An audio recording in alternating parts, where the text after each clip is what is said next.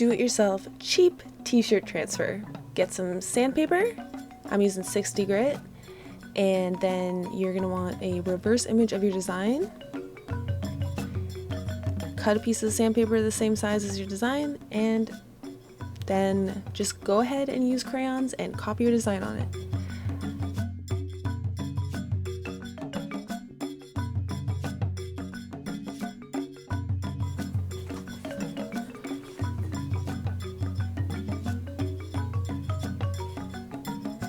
My guy kind of looks like he's laying down in my copy, but whatever.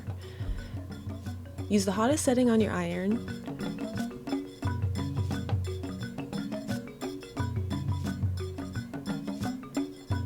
Put your iron down, 10 seconds, move it, 10 seconds.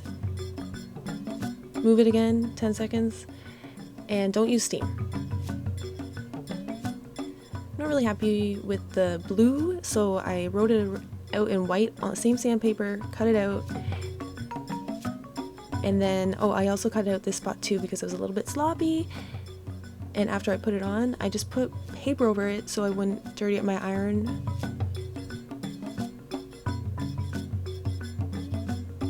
Ten more seconds.